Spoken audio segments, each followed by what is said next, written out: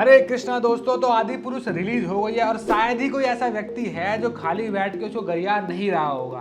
जिसने देखी वो तो गाली दे रहा है, जिसने नहीं देखी वो ज्यादा दे रहा है कि हे भगवान क्या बना दिया कि लोगों को हार्ट अटैक आ रहा है। ऐसी मूवीज ना दिखाए, मैं सबसे कहूंगा मूवी देखने ना आए। तो मैंने फिल्म देखी थी, उसका अर्ली रिएक्शन वीडियो मैंने अपने प्राइवेट पेज पैन ऑफ धर्मा पे डाला भी था, काफी लोगों ने उसको पसंद भी किया। पर मैंने सोचा कि अब शायद इसको सीरियसली डिस्कस करना चाहिए, बिकॉज काफी लोग ऐसे हैं जो गाली तो खूब दे रहे हैं, पर जब मैंने उनसे खुद पूछा कि आप ही बता दो भगवान राम के 10 नाम, तो कमेंट करके कितने लोगों को पता होगा? जैसा तो बताना, आप लोगों को पता है क्या?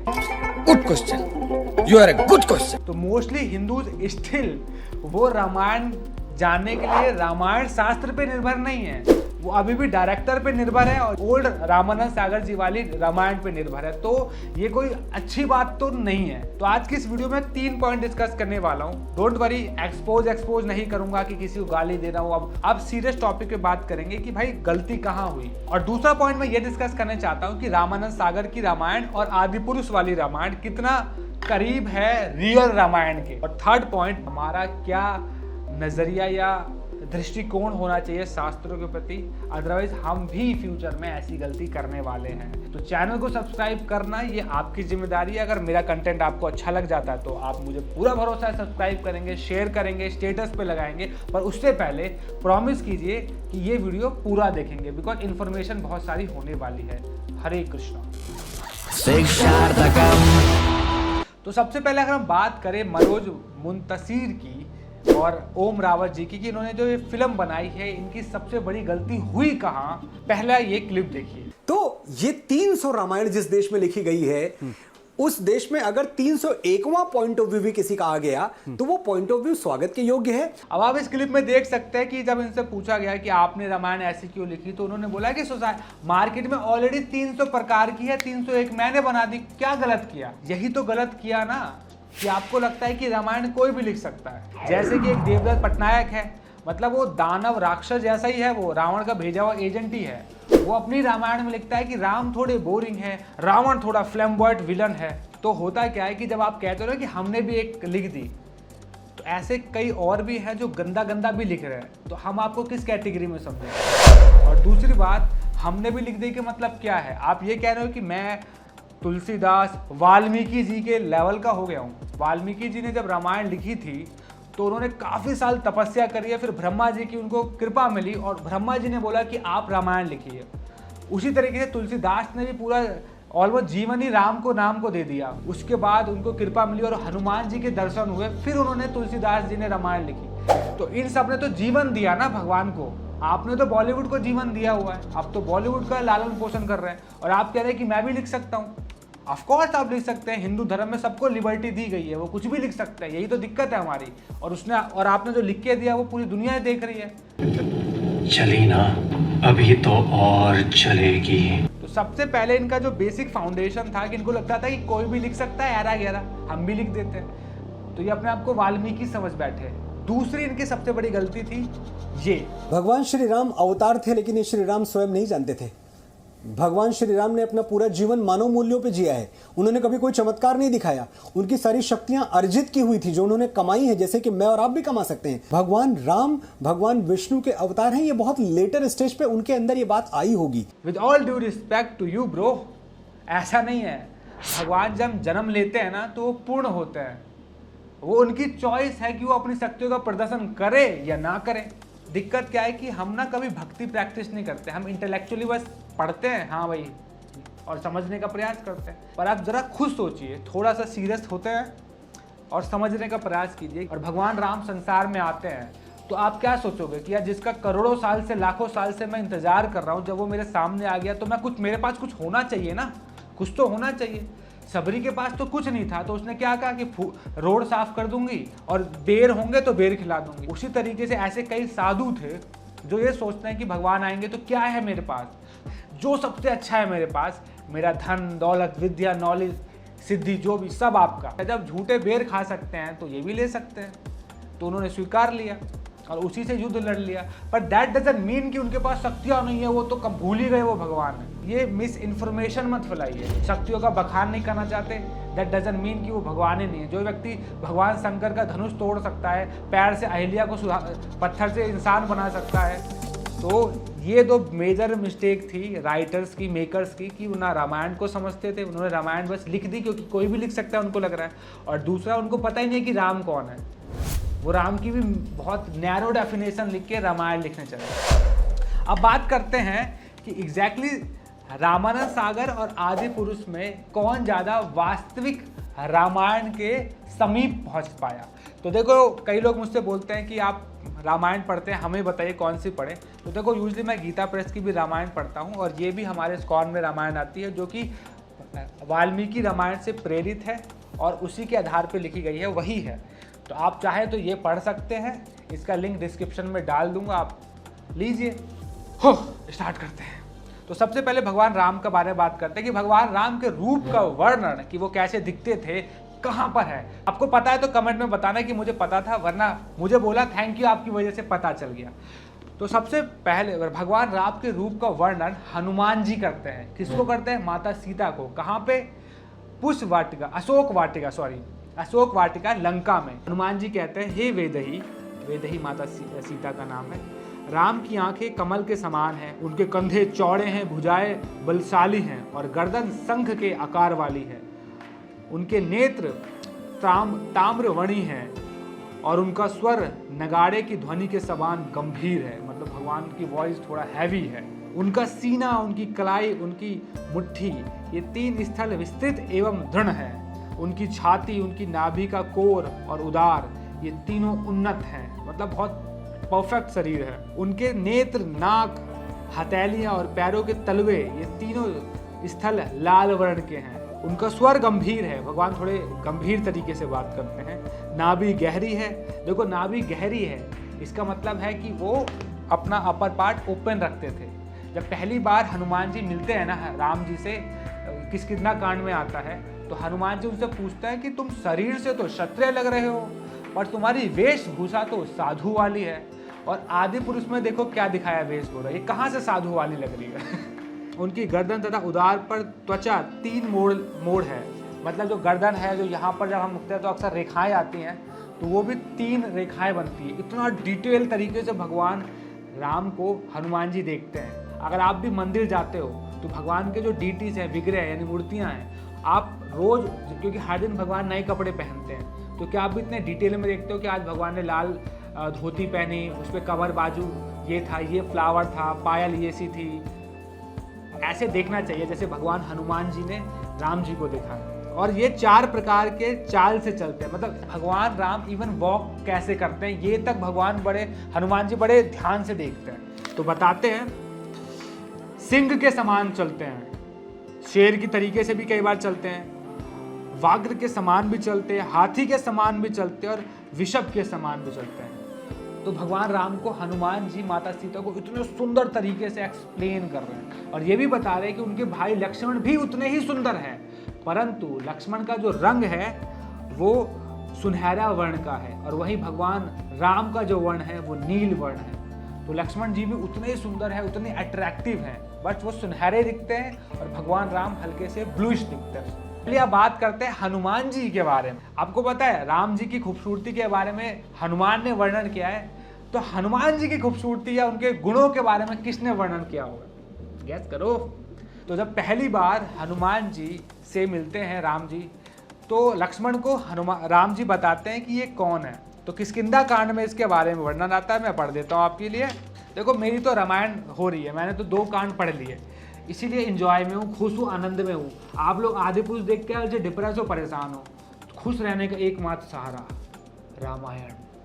सब्सक्राइब किया अभी तक? देखो कितने अच्छे से बात भी कर रहा हूँ मैं, इतना एंजॉय करा रहा हूँ आप लोगों को। सब्सक्राइब तो करना चाहिए मेरे चैनल को, कमेंट भी करना कि मैं कैसा एक्सप्लेन कर रहा हूँ। तो देखो, जब पहली बार लक्ष्मण जी राम जी हनुमान से मिलते हैं, तो लक्ष्मण जी से राम जी कहते हैं, देखो हे लक्ष्मण, ये हनुमान वानरों के भद्र राजा सुग्रीव के मंत्री हैं, जिनकी खोज हम कर रहे थे। ये बड़ा ही विनीत प्रतीत होता है तथा काव्यात्मक बातें करता है, मतलब बहुत ही पोइटिक वे में हनुमान जी बोलते हैं। इनकी आंखों में, प्रयोजन में और हाव भाव में किसी भी प्रकार का छल कपट नहीं दिखाई देता। प्योर है एकदम, छल कपट नहीं है इनके अंदर। इनमें गंभीरता, विश्वास और पराक्रम है। ये गंभीर भी हैं, ऐसा नहीं है कि हरदम मजे मजाक कर रहे हैं, नहीं, और बहुत विश्वास भी रखते हैं, पराक्रम भी है। इसी प्रकार इनकी वाणी से हृदय, स्वर एवं बुद्धि की परिपक्व समन्वयता प्रदर्शित होती है। इनके शत्रु भी इनकी बातों से आकर्षित हो जाएं, इतना अच्छा बोलते हैं। तो जब राम जी मिलते हैं तो लक्ष्मण को बताते हैं तो कि ये इस तरीके के व्यक्ति हैं, तो राम जी को उनके बारे में भी सब कुछ पता है। तो आपको क्या लगता है कि राम जी के इन गुणों को कौन खूबसूरती से दिखा पाया, आदि पुरुष वाले या रामानंद सागर जी वाले? आप मुझे कमेंट करके बता रहे हैं कि नहीं। चलिए अब बात करते हैं लंका के बारे में। लंका से ही मैं आपको रावण के बारे में भी थोड़ा बताऊंगा और मेघनाद के बारे में बताऊंगा। तो चलिए, तो 100 योजन की लंका छलांगने के पश्चात हनुमान जी को तनिक भी थकान का भाव नहीं हुआ। मतलब ऊपर की ओर देखने पे उन्हें एक आश्चर्यजनक नगरी लंका दिखाई दी, जो चारों ओर से कमल पुष्पों के परिपूर्ण गहरी घाटियों से थी। वहाँ 7-8 मंजिलों वाले महलों से भरी हुई, जिन पर सोना एवं जवाहरात जड़े हुए थे। रावण के महल के भीतर का वातावरण स्वर्ग जैसा मोहक था, जो कल्प वृक्ष और रत्न जैसे पुष्पों से घिरा हुआ था। कल्प वृक्ष ऐसे वृक्ष होते हैं जिनसे जो भी मांगो वो आपको दे देते हैं। सोचो ऐसे महल के अंदर इतना हरियाली भी है, पेड़ पौधे सब हैं। आपको लगा आदि पुरुष में कहीं भी पेड़ पौधे लंका में दिखाई दी? सोना तो भूल जाओ, गोल्ड तो थी नहीं, यहाँ तो ये गोल्ड के अलावा ग्रीन भी बताया गया है। और फिर बाद में ऐसे ही भटक रहे थे तो उन्होंने एक व्यक्ति को देखा जो कि कई महिलाओं में लेटा हुआ है, जिसके 10 सर हैं, 20 हाथ हैं, जिसमें से एक सर और एक हाथ देखा। फिर ध्यान दिया तो समझ गए कि यही लगता है वो रावण है। और उसके शरीर पे बहुत सारे घाव बने हुए थे, जैसे कि इंद्र के वज्र का निशान, एरावत जो इंद्र का हाथी है उसके दांतों के निशान, भगवान विष्णु के सुदर्शन चक्र के निशान उसके शरीर पे बने हुए थे। मतलब वो युद्ध लड़ता था तो रावण के भी शरीर पे चोटें लगती थी और उसके निशान भी बन जाते थे। और रावण को जब भगवान हनुमान ने देखा तो इस स्थिति में देखा कि 10 सर हैं, शरीर पे चोटें भी हैं और 20 हाथ हैं। इतना भयानक था और महिलाओं में नग्न लेटा हुआ है नशे में। यहाँ पे दिखाया गया है कि जब रावण जाता है युद्ध करने तो वो छत से कूदता है और वो चमगादड़ बन जाता है। पर देखो शास्त्रों में क्या लिखा गया है, जब रावण युद्ध करने जाता है तो रावण की आज्ञा पर 1 लाख रथ, 3 लाख हाथी, 600 लाख अश्वरोही तथा असंख्य पैदल सैनिक, रावण 8 घोड़ों के द्वारा खींचे जाने वाले अपने रथ पर चढ़ा। उसके पास प्रमुख देवताओं द्वारा प्रदान अनेक अस्त्र शस्त्र भी थे। तो ये था रावण जब जाता था युद्ध करने। और अब मुझे आप बताओ कि कौन सा रावण ज़्यादा एक्यूरेट है, आदि पुरुष या रामानंद सागर जी वाला? मेघनाद का जब कैरेक्टर मैंने आदि पुरुष में देखा तो लिटरली मेरे आज तक सीने में दर्द होता है। मेरे को ऐसा लगा एक व्यक्ति को टीबी या पोलियो हो गया था, फिर ठीक से वो मोटा हेल्दी हो ही नहीं पाया, तो उसका वो अपनी बीमारी छुपाने के लिए टैटू वैटू करके बस घूमता है और वो तम्बाकू अगर गुटखा बहुत खाता है और हमेशा ऐसे बात करता है, कैसे हो तुम, क्या कर रहे हो, सब्सक्राइब किया इस चैनल को, मतलब ऐसे बात करता है मेघनाद।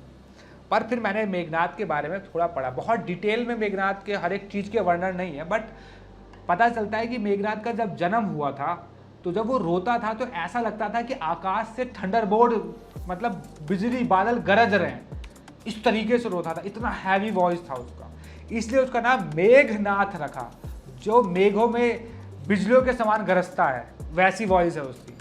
उसकी तो शक्तियाँ थी, तो वैसे तो उसके पास भी हर किस्म का शस्त्र था। मेघनाथ जैसे मूवी में दिखाया कि वो फ्लैश की तरह दौड़ता है, बट मेघनाथ की मूल शक्तियाँ थी कि वो बादलों में छुपक सकता था और आकाश से लड़ता था। तो सब लोग जमीन पे होते थे तो वो बादलों में होता था और फिर अपने अस्त्रों की अनगिनत एक साथ तीर छोड़ देता था।